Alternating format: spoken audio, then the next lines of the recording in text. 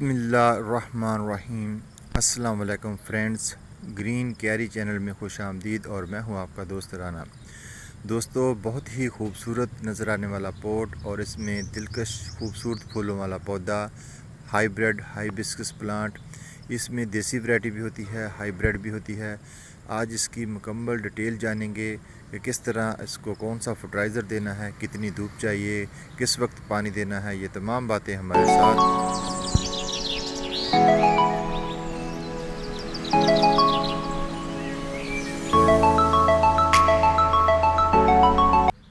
Welcome back guys. दोस्तों, सबसे पहले हम ज़रखेज़ मिट्टी के बारे में बात करेंगे। 2 दिन पहले काफ़ी बारिश हुई और बारिश में ज़्यादा पानी की वजह से हमारे पौधों में अक्सर जो फर्टिलाइज़र होता है वो पानी से बह जाता है और फिर इसकी ग़िज़ाइयत में कमी आ जाती है। तो ये मेरे पास हाइबिस्कस हाइब्रिड वैरायटी है जिस पर डबल पेटल में पिंक कलर में माशाल्लाह आज पहला फूल खिला है। ये प्लांट जो है ये बहुत ही खूबसूरत फूलों वाला प्लांट है। इस पर हम ज़्यादा फूल किस तरह लें, तो ये प्लांट गर्मियों के सीज़न में फूल देता है। इसको तकरीबन 6 से 7 घंटे की प्रॉपर तेज़ धूप चाहिए। तेज़ धूप में ही इस पर बल्ब बनेंगे और इस पर ज़्यादा फूल आएंगे। तो इसके साथ हम फर्टिलाइज़र भी देंगे, इसकी गुड़ाई भी करेंगे। तो वक्त के साथ साथ पौधों को अच्छा बनाने के लिए इनकी देखभाल बहुत ज़रूरी है। इसी तरह हम अपने गार्डन को अच्छा बना सकते हैं और प्रॉपर टाइम से इनकी देखभाल करने से हमारा गार्डन बहुत खूबसूरत होता है। देखें दोस्तों, कितना ग्रीन और हेल्दी प्लांट है। बारिश में अक्सर पौधे ज़्यादा हेल्दी हो जाते हैं क्योंकि बहुत सारी गैसें, केमिकल्स हमारा इर्द गिर्द जो होता है, धुआं होता है, उससे मौसम में तब्दीलियां आती हैं जिससे पौधों पर भी असर पड़ता है। तो बारिश में ऐसा होता है कि बहुत सारे केमिकल बारिश के पानी की वजह से धुल जाते हैं जिससे पौधों को नाइट्रोजन की इजाफी मकदार मिलती है, जिससे पौधों की ग्रोथ जो रुकी होती है वो जल्दी स्टार्ट हो जाती है।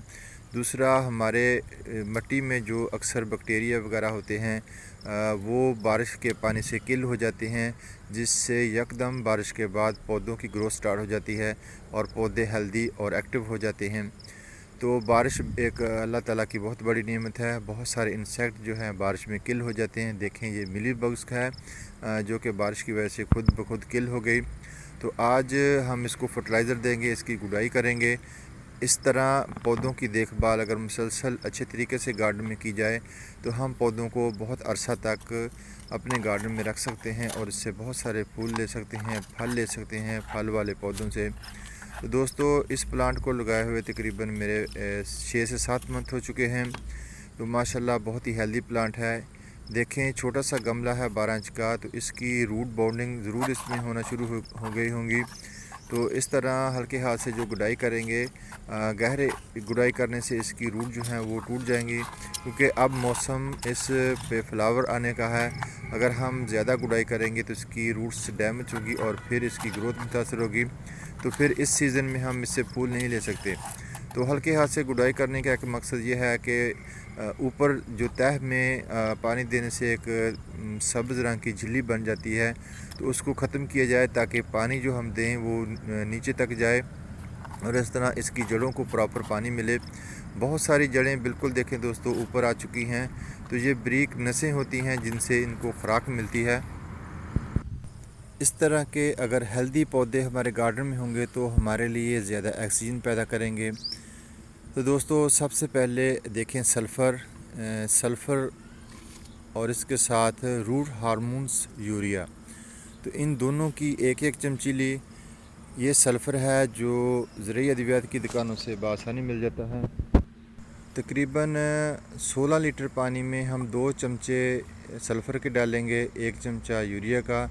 इसके साथ तकरीबन 1 से 1.5 लीटर हमारे किचन वेस्ट से तैयार किया हुआ लिक्विड जिसको हम इसमें शामिल करेंगे।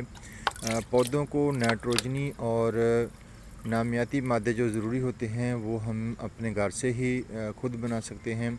हमें इतनी ज़्यादा खादें इनके लिए ख़रीदने की भी ज़रूरत नहीं है। ये मुकम्मल ग़िज़ाइयत है, पौधों की ग्रोथ के लिए बहुत अच्छी है। तो सल्फ़र जब डालेंगे तो ये दूधिया रंग का एक पानी तैयार हो जाएगा। तो इस तरह हम इसको अच्छी तरह मिक्स करेंगे ताकि ये तमाम जो केमिकल है ये हल हो जाए। और ज़्यादा पौधे पे फूल आने के लिए हम किचन में इस्तेमाल होने वाला विनेगर इसका 1 चमचा डालेंगे। ये मेरा खुद का आजमाया हुआ है। सर्दियों के सीज़न में अगर हमने छोटे पौधों से ज़्यादा जल्दी फूल लेने हैं, ज़्यादा फूल लेने हैं, तो विनेगर का 1 चमचा इसमें शामिल करें। तो ये हाइबिस्कस प्लांट है, अभी इस पर 1 फूल खिला है, लेकिन हम इस सीज़न में इससे ज़्यादा फूल लेने हैं, तो इसलिए हम इसको भी शामिल करते हैं। अच्छी तरह हिलाने के बाद इसमें थोड़ा सा पानी और शामिल करेंगे ताकि इसकी मकदार जो है वो पूरी हो जाए। और फिर हम अपने तमाम पौधों को थोड़ा थोड़ा देंगे, और उसके बाद फिर जब पौधा इसको मुकम्मल जज़्ब कर लेगा तो हम मज़ीद इसको सादा पानी देंगे ताकि तमाम पौधे को इसकी ग़िज़ाइयत जो है वो मिल जाए। ज़्यादा पानी इसलिए नहीं देंगे, अगर पानी ड्रेन हो जाएगा तो ये हमारा केमिकल जो है वो नीचे बह जाएगा और हमारे पौधे को इसका इतना ज़्यादा फ़ायदा नहीं होगा। तो कोशिश करें जब भी लिक्विड दें तो कम मकदार में दें और कम पानी दें। उसके बाद तकरीबन 8 से 10 घंटे वक्फ़ा डालने के बाद इसको ज़्यादा पानी दें ताकि जो इसको मेन खुराक मिलनी है वो इसको वक्फ़े से मिल जाए।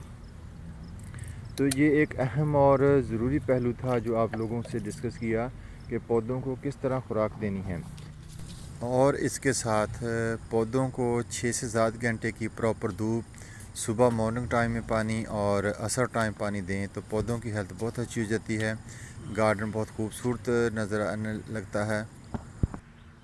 दोस्तों, मेरी कोशिश होती है कि मैं कम से कम वक्त में आपको ज़्यादा से ज़्यादा चीज़ें बता सकूं।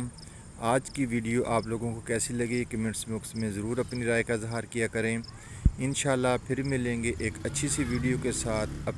तब तक अपना, अपने प्यारों का और अपने पौधों का ढेर सा ख्याल रखें।